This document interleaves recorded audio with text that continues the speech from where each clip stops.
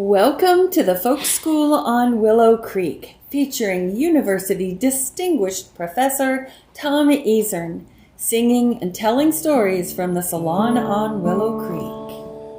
I need a bed for the night, boys, and my horses need hay. I've been riding that grove line on the Hotdish highway.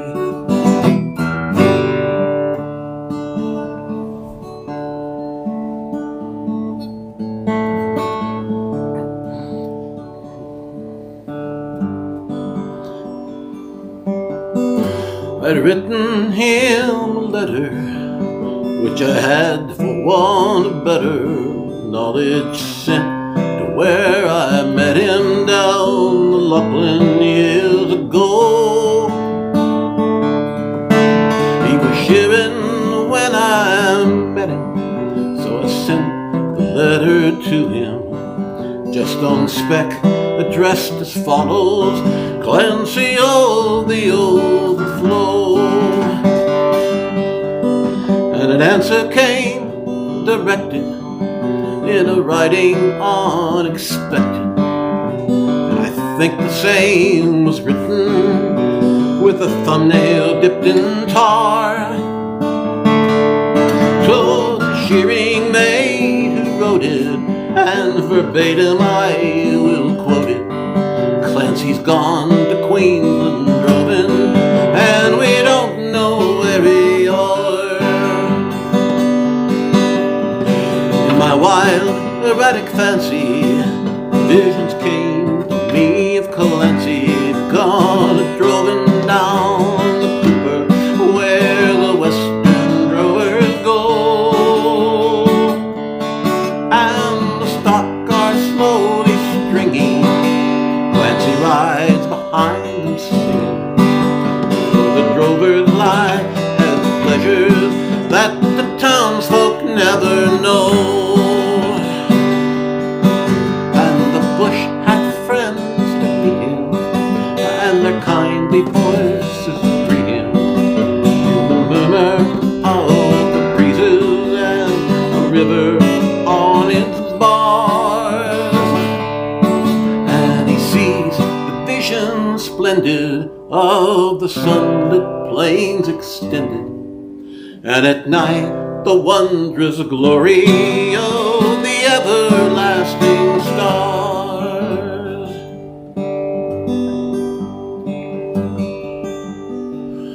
I'm sitting in my dingy little office where a stingy ray of sunlight struggles feebly down beneath the houses tall, and the fetid air and gritty of the dusty, dirty city.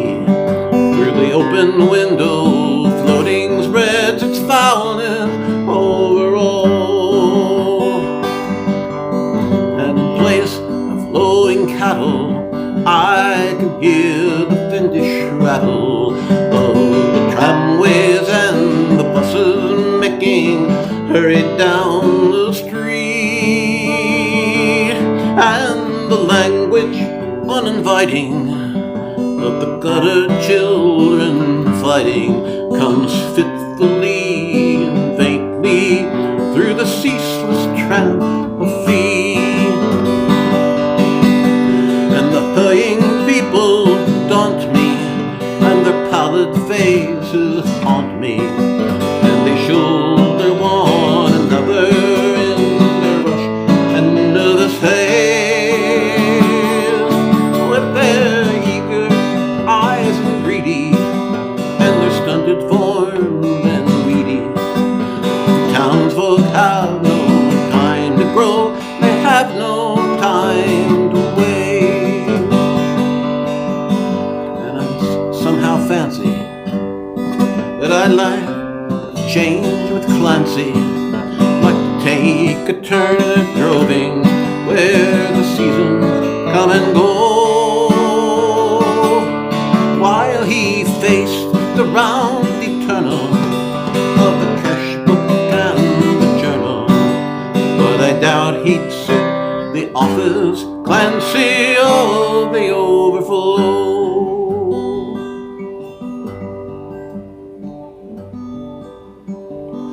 I'd written him a letter, which I had, for want of better knowledge, sent to where I met him down the Lachlan years ago. He was shearing when I knew him, so I sent the letter to him, just on spec, addressed as follows: Clancy of the Overflow.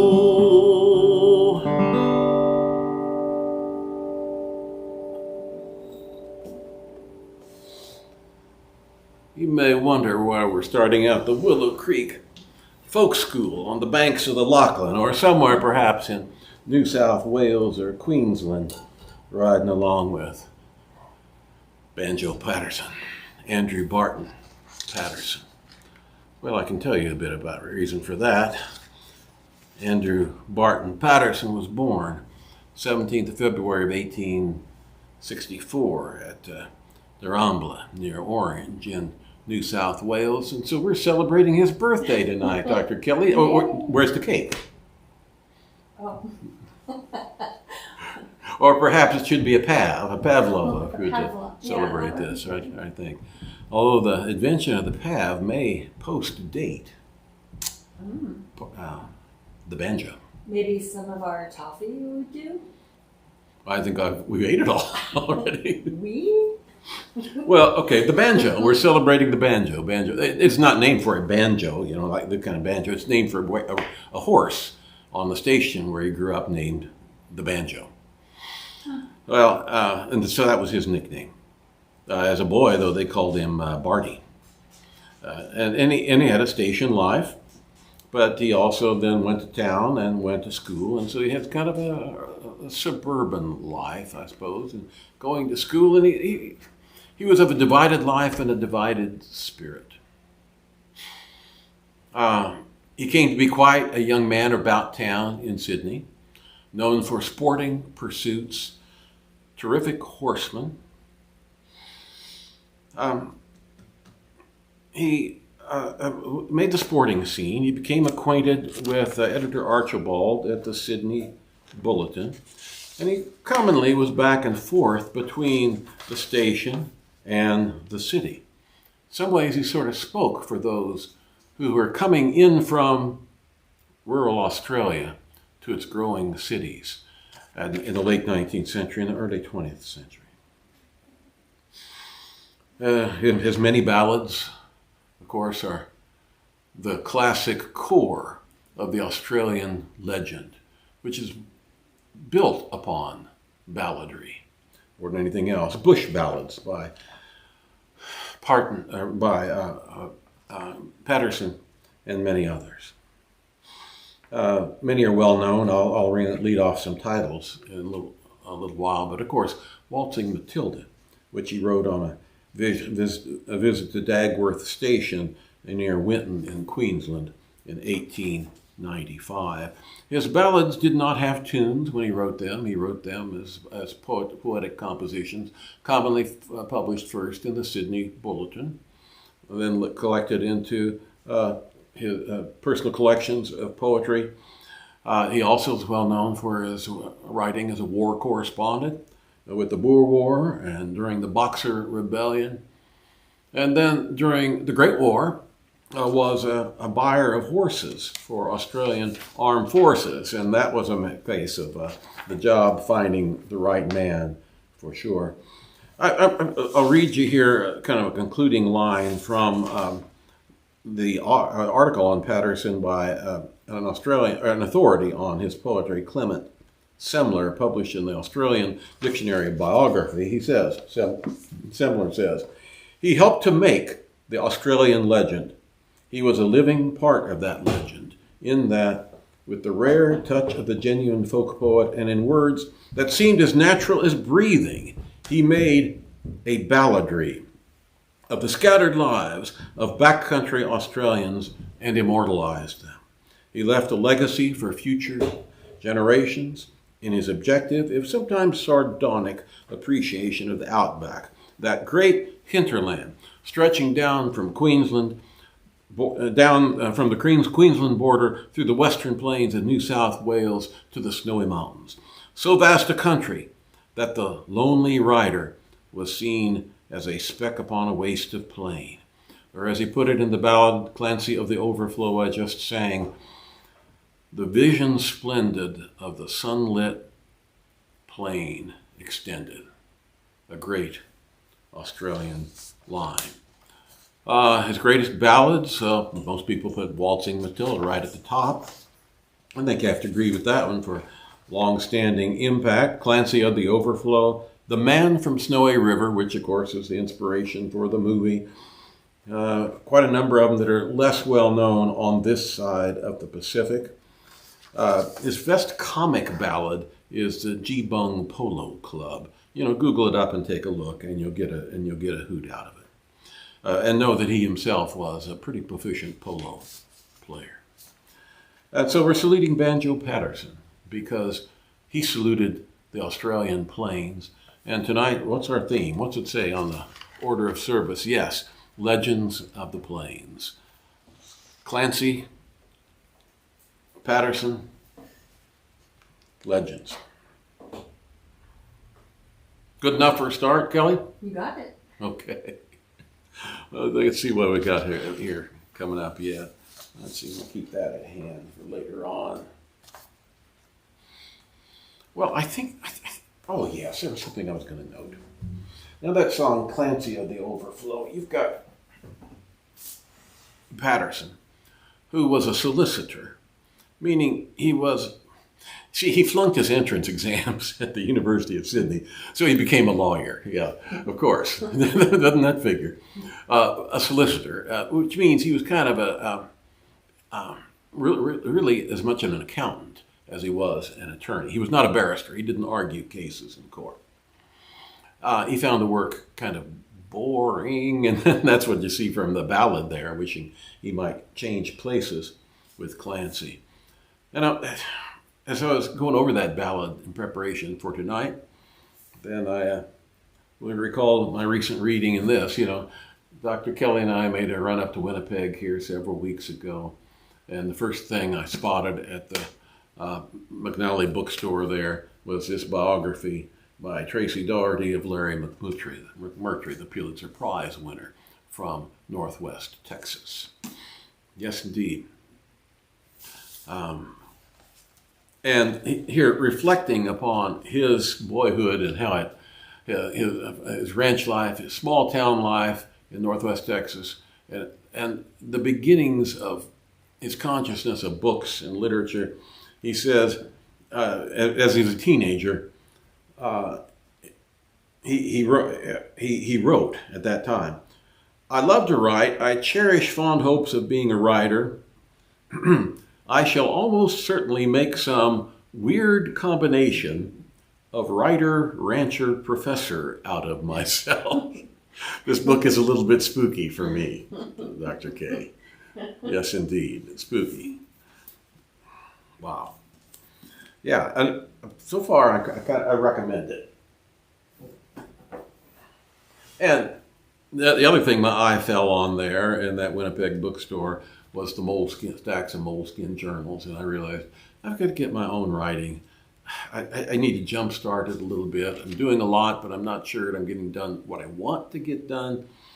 And so I started journal keeping, mainly for pre-writing exercises in pencil. I don't know. You see, there's something there's something about writing with by hand in order to get the ideas flowing, and then I can go to screen and get 1,500 words out before I go to town in the morning. You like floating across the paper with the lead pencil. I have a journal too. What do you got there? This is a classroom journal that I keep with students working on the books. It's prettier than what you might choose, but it's how I keep track of what's going on with folks, book projects. I want you to look at this this longhand penmanship too, by the way. Oh my word. Yeah. Well, we may be a match. There is this, I think, in our household, this unabashed dedication to letters on the Northern Plains. Am I right? That's right. With our own respective combinations, and then some things together. Well, here we are tonight. I clearly can't help you much with the press. I don't understand about 3/4 of what you're doing there. Tell us about it. Well, I won't go into that depth, but I can say that my students finished their editing boot camp, and so they are now working hard at it with copy editing and starting their marketing plans and thinking about the books in different ways than they've thought about books before. So we finished that, but we still start each section when we meet again with some topic that's relevant to whatever they're working on. So this time they did a timed reading to see how long it took to edit, about 4 pages. And then that's what they're using to kind of map out how long it's going to take them to finish the book they're working on. So we did that. And then I also, in this journal that you just looked at, I keep little notes of things I overheard in class today. So for instance, one group is working on Jess Clark's book about growing up German Russian on the Northern Plains. And one said, well, if I were alive during the Depression, I just would have perished. That's good. I like the vocabulary. Did she do a little fainting gesture? It was just funny over here. But that's what we're doing at the press these days. Let's refer back to that in a moment here. People who are following the saga of the finger. Yeah, okay, back this week, struggling a little bit here, wincing a little bit here. And my mother, sainted mother, is up there looking down and laughing at me, I believe, because of the way we would laugh at her at the kitchen table when the arthritis got in there and the fingers went wonky, and she'd be smacking them back into place. And my ortho guy said, "Do not do that. Here's how you straighten them out." But this was just, I just had a silly thing a couple weeks ago and had to excuse myself from the folk school last week. A little nick with a butcher knife while making some chili here, and the inflammation ran up the nickel into the arthritic knuckles, which still looks like there's a grape inside that finger. So I've got a little support wrapped on it and doing some other formal and folk remedies. And I think I'm back in business, but not very competently. But I'm never a very competent musician anyway, so what's the loss?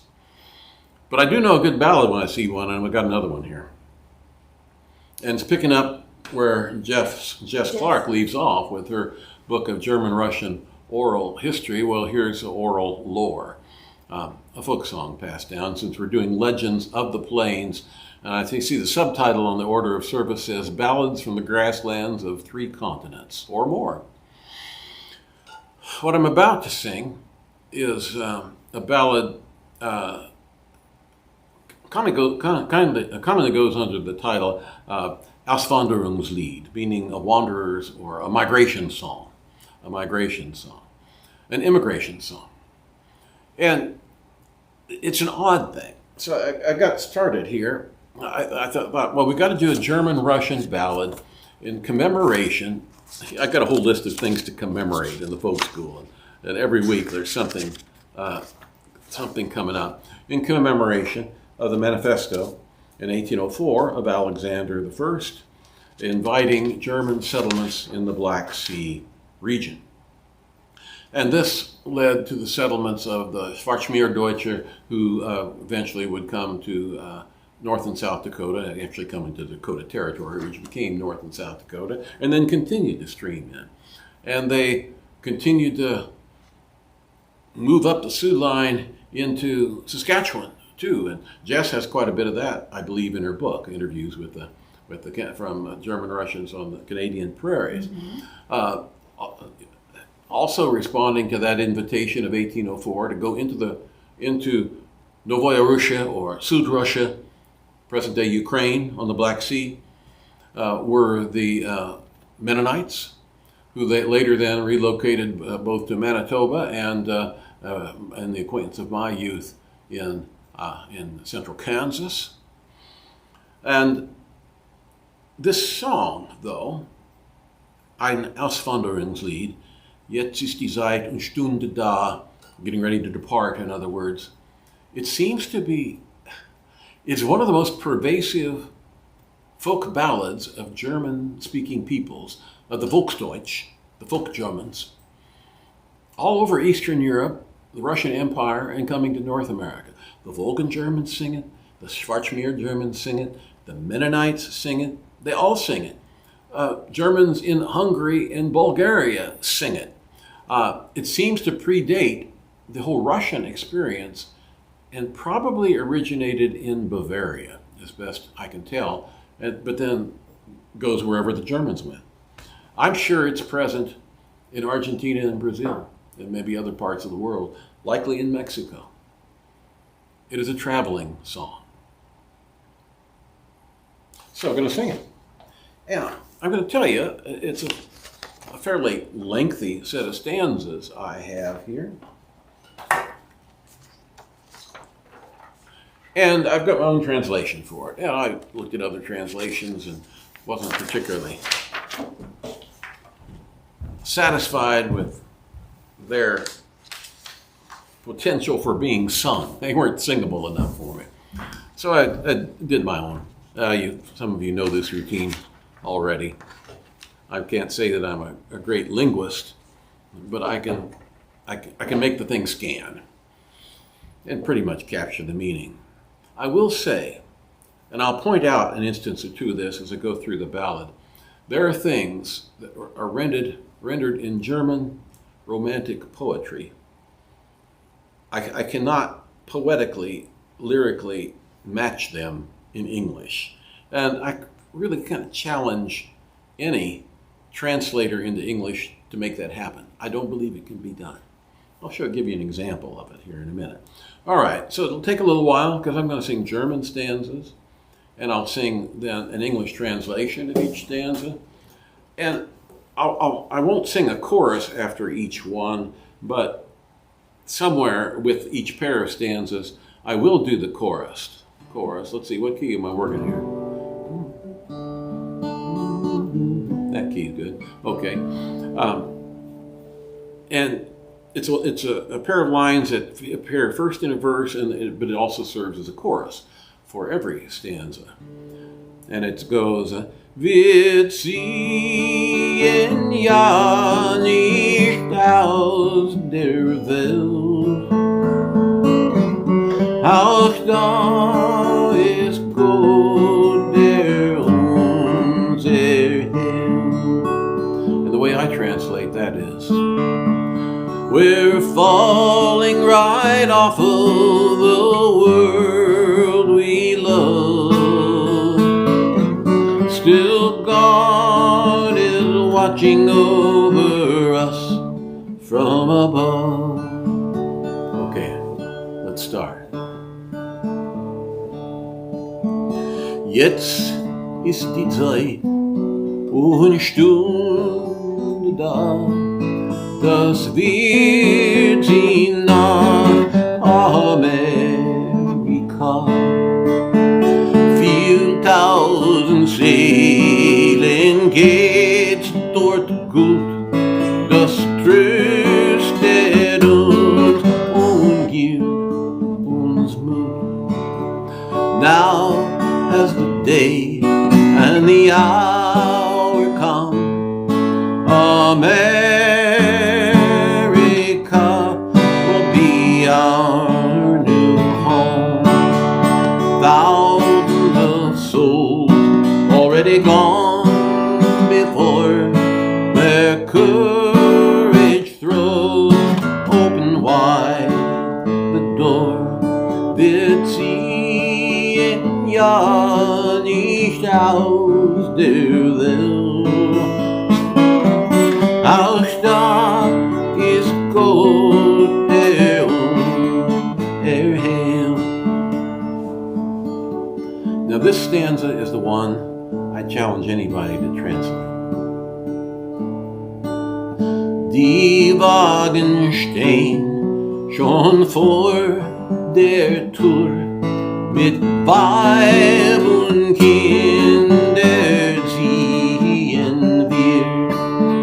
Die Pferde stehen schon angespannt.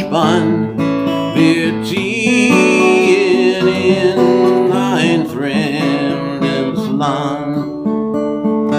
The way I translate that is, wagons are waiting just outside our families. Gather around beside our faithful horses in Hotdish.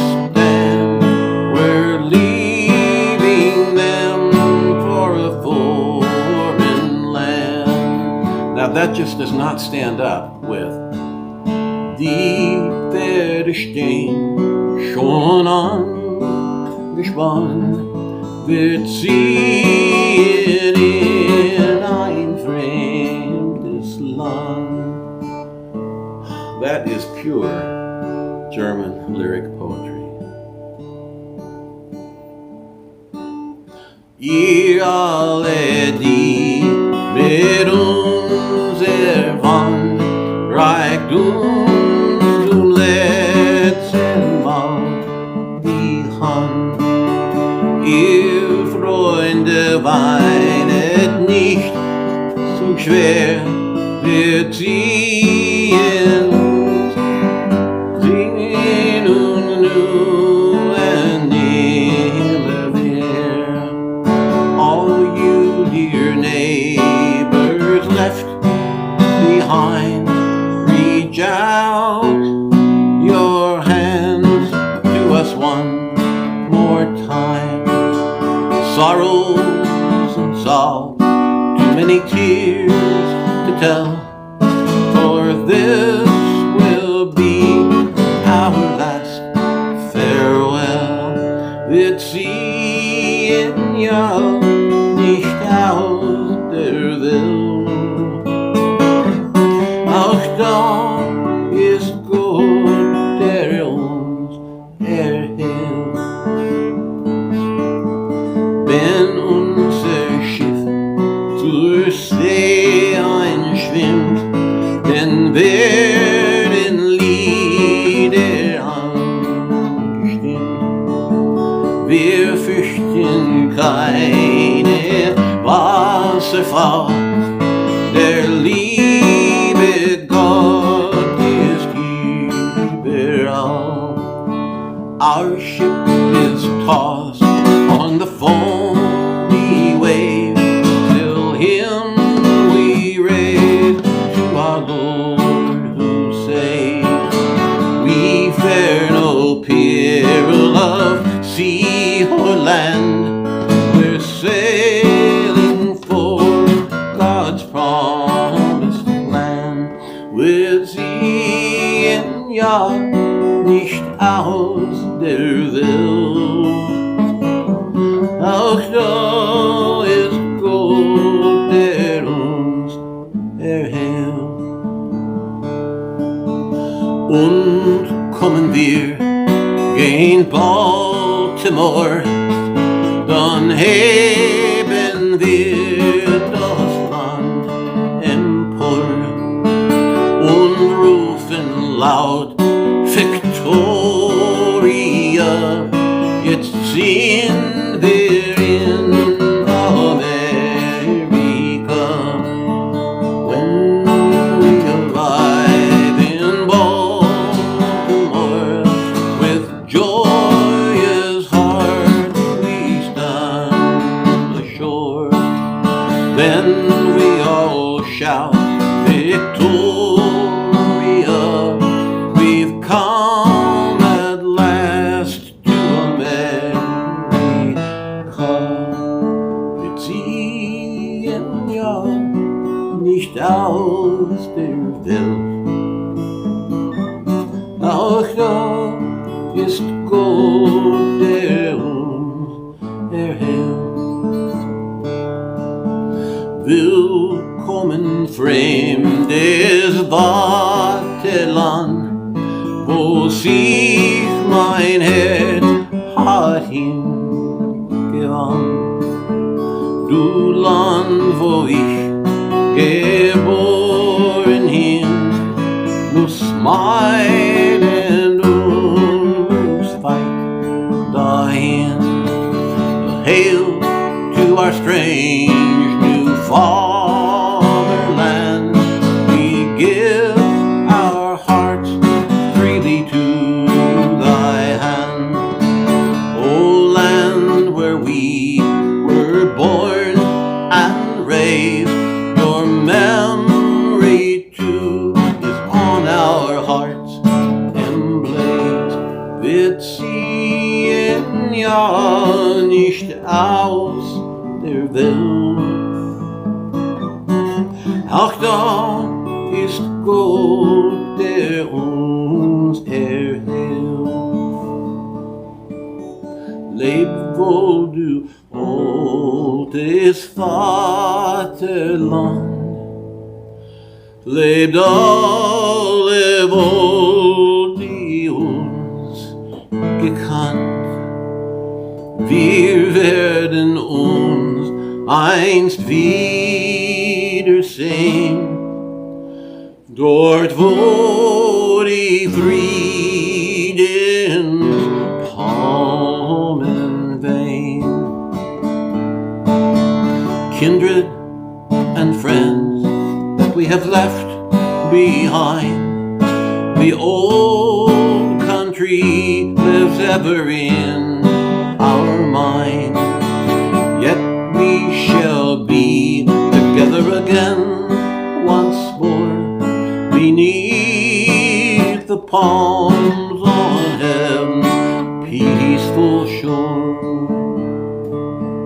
Wir ziehen ja nicht aus der Welt. Ach, da ist Gott, der uns erhält.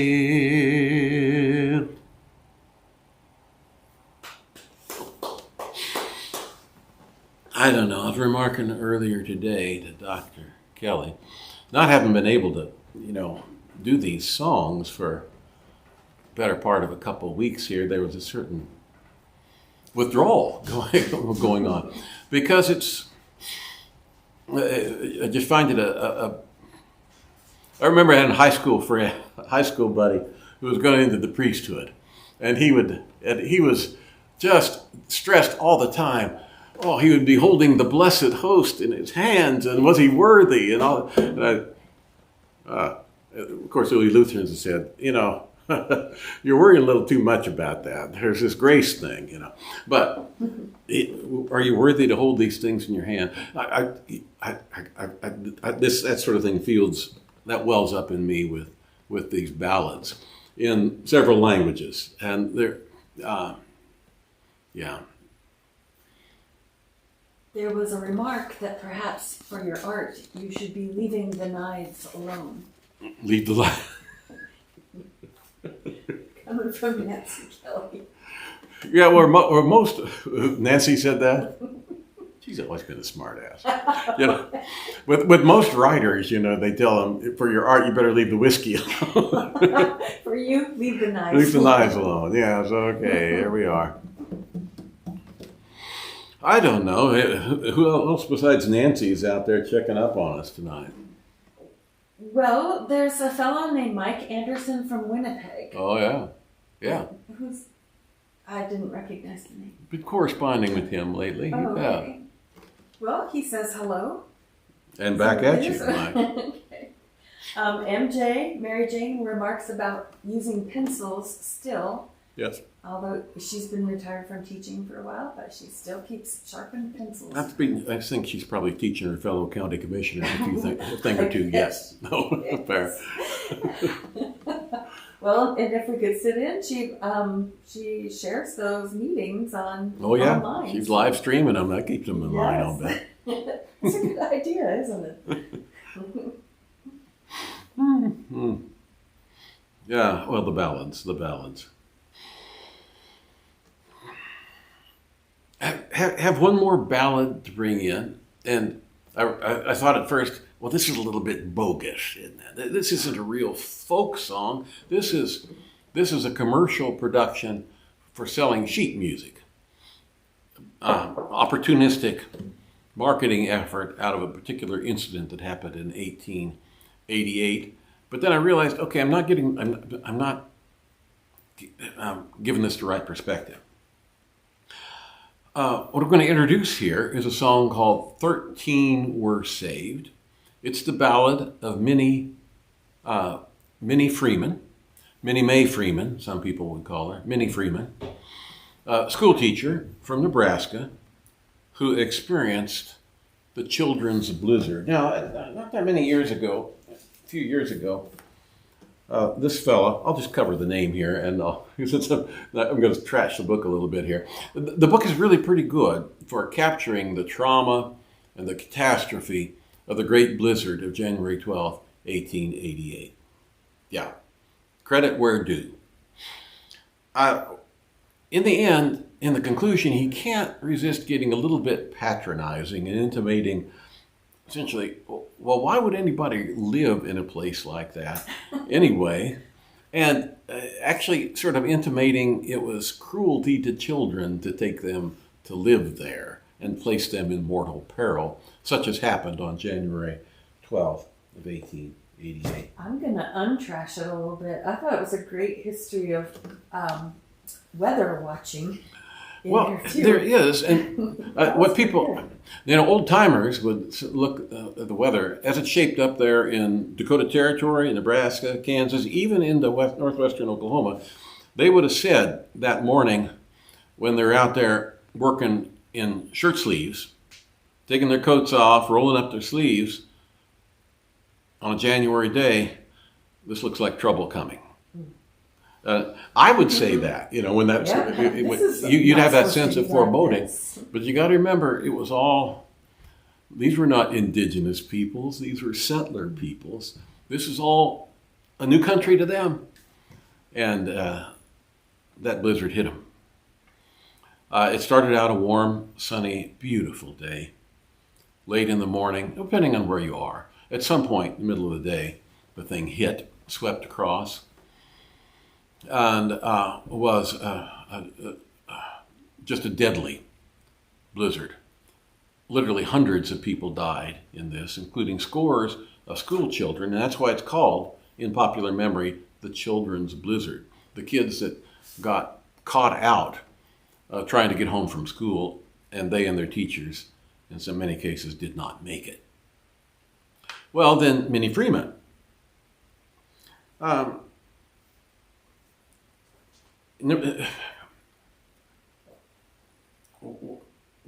do you make of this sort of thing? Well, what Nebraskans made was a legend. It's the legend of Minnie Freeman, Nebraska's heroic schoolteacher.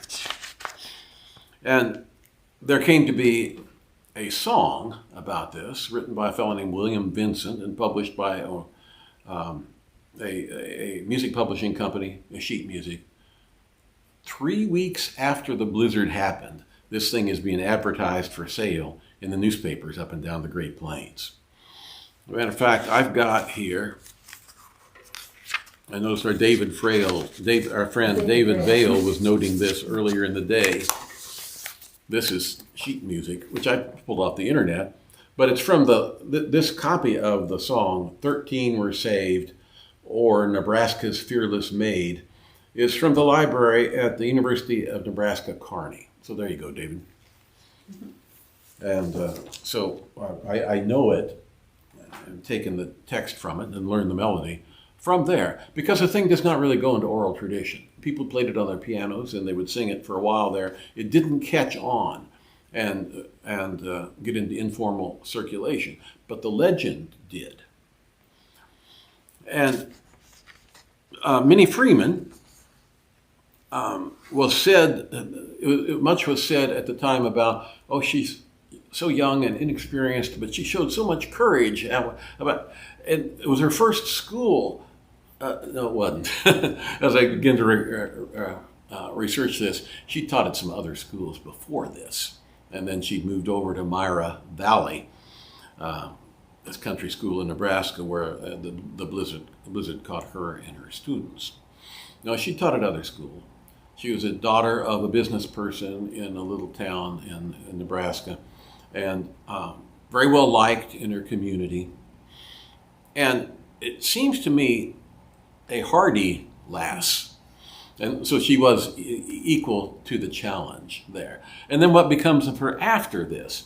She goes back to college, gets a college degree, somehow hooks up with a rather wealthy widower businessman from Fullerton, Nebraska, and marries him. And they have a couple kids. And she then becomes very prominent socially and culturally across Nebraska, was elected president of the auxiliary of the American Legion, was president of the Nebraska State Women's Clubs Association, the Nebraska Federation of Women's Clubs, and a couple other statewide things like that, and then was elected, get this one, the first female member of the Republican National Committee. That's the gal from the country school, the first female member of the Republican National Committee. So I would say that subtitle on the song, Nebraska's Fearless Maid, must be pretty apt. She could hold her ground in any sort of company. And she died a fairly wealthy woman. And her husband survived her. He was a double widower. Well, okay, that's Minnie Freeman. Now, the legend. I think she was prominent not only because she had, a good business household and a little money behind her as an adult woman, but she also had a reputation. She will always be Nebraska's fearless maid, anywhere she went. I'm sure when she was introduced to give a speech at any of these places, this is the girl from Myra Valley, where did that legend, specifically, where did it start? I think this week I pinned down this is where the legend starts. It starts with a report published in the Omaha Bee, the 17th of January, 1888. So Dr. K and I are going to tag team the legend of Minnie Freeman, Nebraska's fearless maid, as it in real time here, so to speak. This report starts out, from Mr. J.H. Ager of Ord, Nebraska, and one of the secretaries of the State Board of Transportation, see, a reliable source, a representative of the Bee learned an interesting tale of the pluck and good judgment exhibited by a young lady, school teacher of Valley County. Not many miles from the town of Ord is situated the schoolhouse of Myra Valley School District. This house is a small frame structure, and the nearest dwelling to it is at least 1/2 mile distant. The pupils who attend this school are usually brought to lessons in a conveyance in the morning and called for in the evening. Thursday morning, January 12, there was little evidence of the coming of the terrible storm which played such havoc in all portions of the country. But when the blizzard came, it broke with equal fury in the neighborhood of Ord. In the little schoolhouse of Myra Valley District, Miss Minnie Freeman, the teacher, yet in her teens, was endeavoring to allay the fears of 13 pupils between the ages of 6 and 15 years. The task was no light one, and the children were wrought up to the highest pitch of excitement by the fury of the storm. In the midst of the teacher's assurance that all would be well, a terrible gust of wind struck the building. The windows rattled, the house shook, and the door of the structure was torn from its hinges. It was then the young teacher realized the necessity of preparing for emergencies. With an exhibition of rare judgment, she gathered her little brood together, and securing a coil of strong, heavy twine, began with the largest ones and tied the children together by the arms and bodies 3 abreast. This completed, she huddled her charges around the stove and awaited the pleasure of the Storm King. Its furious work came sooner than expected. A terrific gale, sweeping everything before it, struck the building and carried away in the twinkling of an eye the entire roof of the structure, leaving the frightened little ones exposed to the elements. The time for prompt action had arrived, but the plucky teacher was equal to the emergency. Taking the youngest and frailest of her charges in her arms, she tied the remaining end of the twine around her own body, and with all the words of encouragement she could muster, the courageous teacher started with her team of frightened little ones out into the fury of the storm. Those who have braved the terrors of a Nebraska blizzard need not be told that it required courage to enable a young girl to breast those furies, having in her keeping the lives of 13 little ones and the happiness of 13 homes. Those who felt and suffered from the effects of Thursday's storm need not be told that the act of that young girl was one from which strong men themselves might quail. Selecting her way carefully, following in the course of the storm, the brave girl led her little charges through snowdrifts and blinding blizzard, now cautioning them about their steps, now encouraging them to cheerfulness, and all the way herself bearing an additional burden of somebody's darling, urging them into renewed efforts. And thus it was that after a wearisome journey of 3/4 of a mile, through all that fury a storm could muster, the little band reached the threshold of a farmhouse, where, it is needless to say, they received a hearty welcome.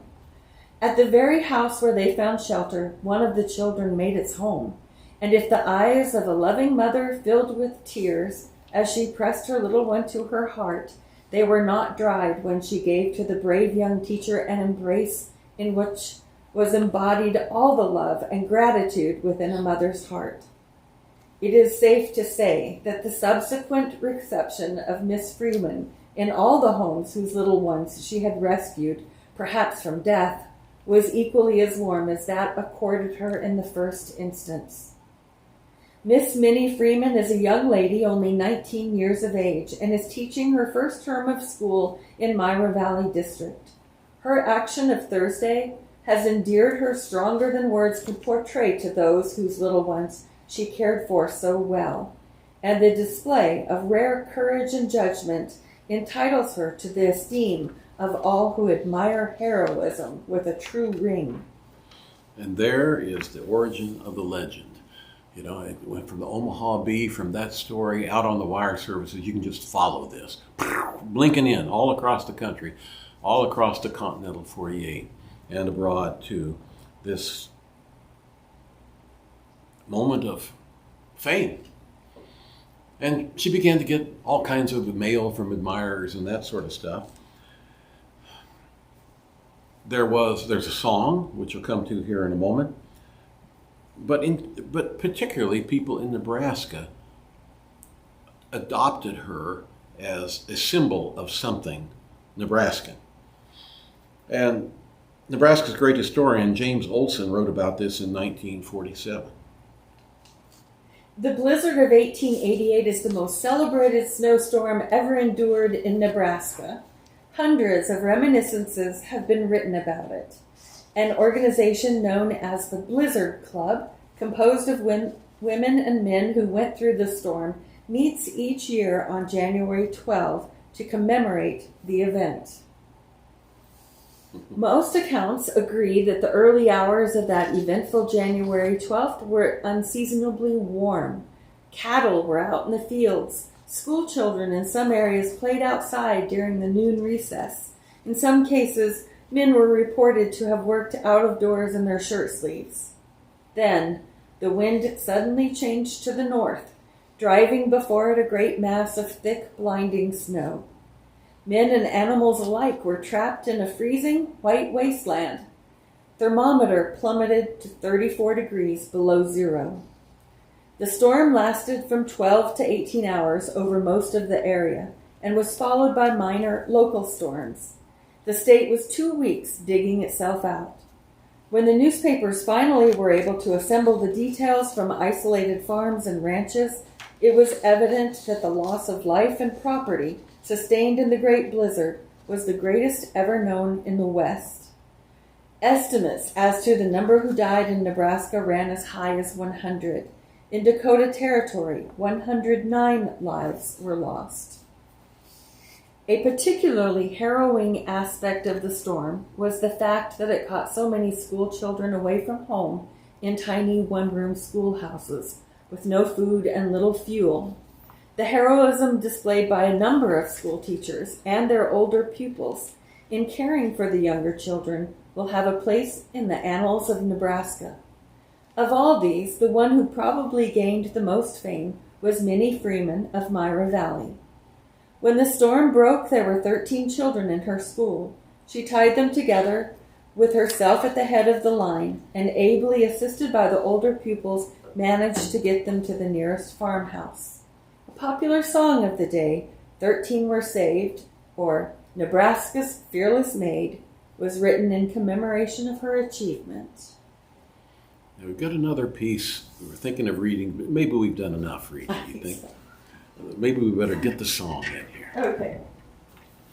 Let's see if I can remember what key I'm using for this. Yeah. A little schoolhouse stood alone upon the prairie bare, and 13 little children came one winter morning fair. But awful storm clouds suddenly obscured the sun and sky, and terror filled each little heart, and tears came in the eye. Swiftly came the rushing noise, swiftly came the snow, as hidden from the landscape, then they knew not where to go. The brave girl gathered them about and prayed to God for aid. Then quick as thought from simple chord, a band of union made. Oh, 13 were saved, the plucky little maid. Thus flashed the joyous news o'er city, town, and glade. Bravely into the storm she led the brave 13. Oh, God bless that fearless maid, Nebraska's heroine. Then waiting, shivering by the fire, a moment of suspense. Then with a crash the house gave way, and they had no defense. Then forth into the blinding storm she led them bravely out. One carried in her gentle arms, all cheered by word and shout. The snow grew deep, the path was lost. Oh God, what a dreaded fate. Her voice rang out, come on, cheer up, 'tis not too late. A few steps more, and the house is gained. The farmer opens the door. In gratitude they kneel in prayer upon that farmhouse floor. Oh, 13 were saved, the plucky little maid. Thus flashed the joyous news o'er city, town, and glade. Bravely into the storm she led the brave 13. Oh, God bless that fearless maid, Nebraska's heroine. Now the teacher's task was nobly done, may lasting be her fame. Inscribed among the glorious deeds shall live her cherished name. In many homes that awful night, where many souls who prayed, and blessings asked for that brave girl, Nebraska's fearless maid. Oh, 13 were saved, the plucky maid. Thus flashed the joyous news o'er city, town, and glade. Bravely into the storm they led the brave 13. Oh, God bless that fearless maid, Nebraska's heroine.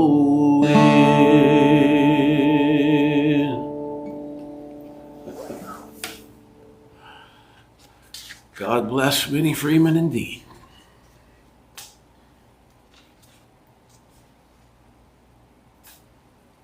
Find what I need here.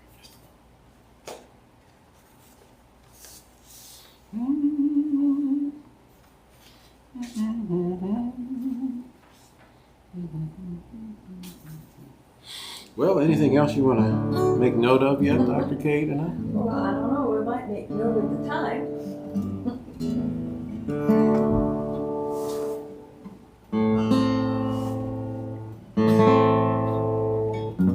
Back to that earlier chapter I talked about before, and the broader theme of the evening. Into Novaya Rossiya poured a peasantry oppressed. Tsar Alexander took them in and got their labors blessed. They prospered and could not foresee the blood, despair, dismay, the carnage and destruction still continuing today. Ballads on the land, ballads on the land. When everything else has fallen, the ballads still stand. Kein schöner Land, the people sang on these Dakota plains, and they gave thanks for their escape from Russia's cruel chains. But drought and hardship took their toll, and California called, until the country lost its hold on the folk it once enthralled. Ballads on the land, ballads on the land. When everything else has fallen, the ballads still stand. Came men of wealth and power to the Valley of the Red, bonanza farms of waving wheat and mansions built of bread. Their churches built of fieldstone and their steel-clad granaries stand empty now as tributes to vainglory such as these. Ballads on the land, ballads on the land. When everything else has fallen, the ballads still stand. Come all of you old robbers, sing the ballad of Quantrill. Throw off your iron shackles as we ride with Cherokee Bill. From the bloody Flegel brothers to the bloody Gordon Call, the ballads of the worst of us are the ones we love best of all. Ballads on the land, ballads on the land. When everything else has fallen, the ballads still stand. So ask me why I seek and sing the ballads of our past. And I will say there only are a few things that will last. It matters not if you build on rock or you build upon the sand. When I am gone, two things remain: the ballads and the land. Ballads on the land, ballads on the land. When everything else has fallen, the ballads still stand.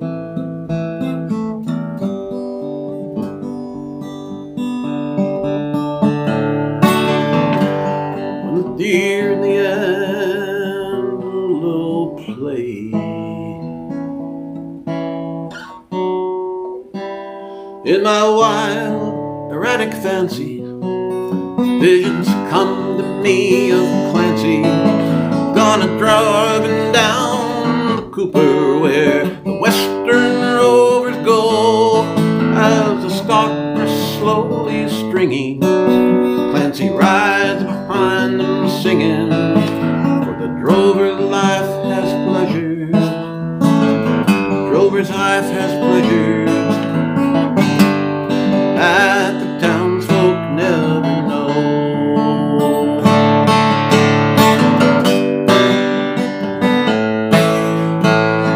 Ask me why I seek and sing the ballads of our past. I will say there only are are few things that will last. It matters not if you build on rock or you build upon the sand. We're gone, two things remain: ballads and the land.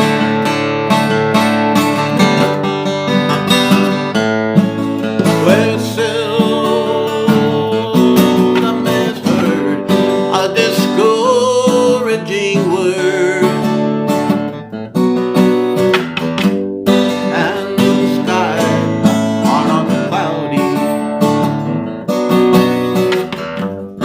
are not cloudy all the day. No, the skies are not cloudy all day. Dr. Kelley. We now conclude today's edition of the Folk School on Willow Creek. We invite you to join us again next Friday at 8 p.m. Central Time for more songs and stories.